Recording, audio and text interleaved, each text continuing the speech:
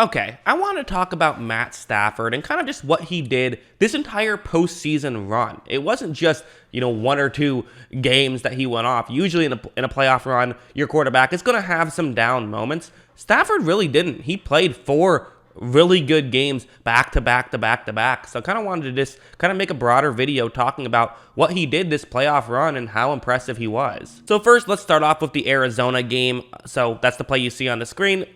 This game probably was his weakest of the games. They kind of ran the ball really effectively in this one and didn't ask him to do much. And he was, definitely a game manager type in this one. But he was a game manager well. And like on a concept like this, where you want to hit Odell Beckham, who's going to be running the route that gets, outside the numbers eventually. This is the same concept they ran in the Super Bowl when Beckham got his touchdown. And watch how when Stafford takes the snap, again, he's going to get rid of the ball quickly, put it in a good spot for Beckham to pick up as many yards as possible. This was on 3rd down. They complete the 3rd down.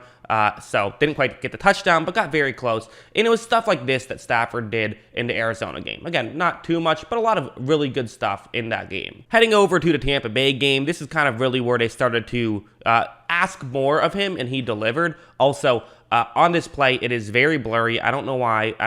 This is how I have to have it. It's not on my end. This is just when I watch it on Game Pass, it's this blurry. So I don't know exactly what's going on there. But anyways, I think this play is a great example of just what Stafford was able to do and just the way he sees the game is just different than what Jared Goff saw. And these kind of things really helped him out. Where, yes, there was a lot of Sean McVay good schemes and stuff like that, but it was also just Stafford running the offense effectively and even down the field. Play like this, it's cover 2 zone for Tampa Bay. You have their, the slot receiver and the plus receiver. So the 2 receivers who are, wide receivers on Stafford's right, who are running deeper routes, and watch what happens. Right when Stafford takes the snap, you're going to see part of this is him. He did use his eyes a little bit to get the safety to kind of look over the middle, so that was good. But you see that, okay, a safety is running over the middle to cover the guy closer towards the bottom of the screen, but a corner for Tampa Bay is passing off Cooper Kupp, which, that's kind of a guy you want to pay attention to if possible. So it's a blown coverage, bit of miscommunication. Tampa Bay kind of playing a coverage they're not typically very good at, so this makes sense that there would be some issues like this. But for Stafford, again, part of it was he used his eyes to get the safety out of the play, but also he just seems to notice this stuff. Watch him immediately push the ball down the field to where Cooper Kupp is just completely wide open. Kupp then does the rest, makes a good move, and gets into the end zone for a touchdown. So again, it's stuff like that Stafford I thought did such a good job of in this postseason run. He sees the whole field, and it seems like when stuff happened like this, no quarterback always sees everyone open, but he saw when guys were open at a lot higher of a percentage than I feel like most quarterbacks would, and certainly than like Jared Goff did. Sorry to Jared Goff. I know I'm kind of criticizing him a little bit, but listen, the reality is his career and Stafford's career are always going to be tied together because of the trade and because of what's happened. Also, of course, at the end here, which I thought this was such a key play, and this is Matt Stafford. This is when we talk about positively about Matt Stafford, whether that's because he's in the Hall of Fame or just because he's in the Rams Ring of Honor, what we're going to say is he's just someone who always came through in a clutch. When you needed him in a big spot, he got it done, and no better example was this play. You just think about what's going on around this play. Before we get into the play itself, the Rams were up 27-3. They blow it. They couldn't stop fumbling. Tampa Bay ties the game 27-27, but you have a little bit of time left for Stafford, and he kind of just had a moment where he said, this isn't happening. We're not blowing this lead. We're not going to lose this game. I'm going to make something happen here. The coverage itself is cover 0, which again, questionable play call for sure for Tampa Bay. Why are you leaving your safety, Antoine Winfield, one-on-one on maybe the best receiver in football, who's having probably the best receiver in NFL history, just in terms of a single season?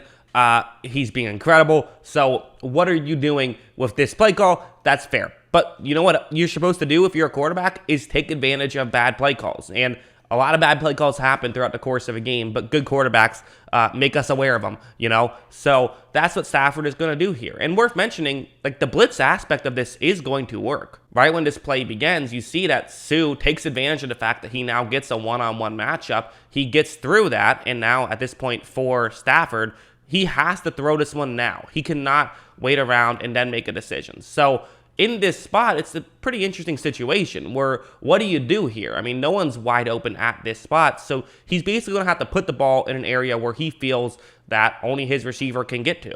And as you see, that's exactly what he does, just leads Cooper Kupp past Antoine Winfield. He just trusted the matchup. He saw, okay, this is a good matchup. He read the play quickly and made the correct throw to put them in field goal range where they would go on to win that football game and, go to the NFC Championship game. So just a really, again, talk about clutch. That's a really clutch play.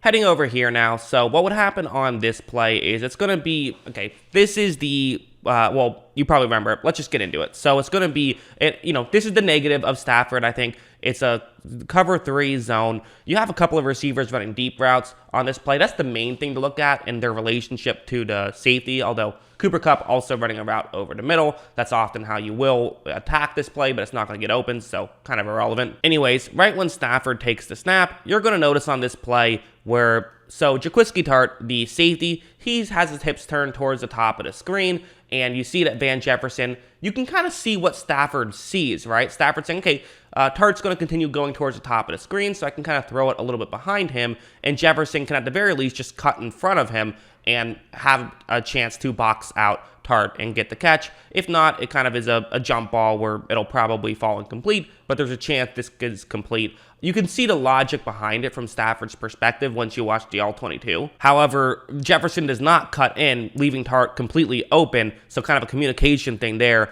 Tartt drops the football. So you do get a break there that has to be mentioned. A couple things I'll say, though, is A, it was more of a miscommunication than it was just a legitimate bad play by Stafford, in my opinion. And also, every quarterback is going to have some bad moment in a postseason run. That's always going to happen. That happened with Stafford is, okay, it wasn't legitimately perfect, but who does have a legitimately perfect postseason run? So I think too much is getting made about that, especially because what would he do after that? He would do literally this. This was the very next play where he would immediately come back from nearly throwing a pick, and you see something like this, where the way this concept is working is usually to get to the out route, which is Cooper Kupp. That's typically how it works. However, right when this play begins, you see that Stafford looks over, and he sees, hey, okay, the corner's kind of, leaning in a little bit.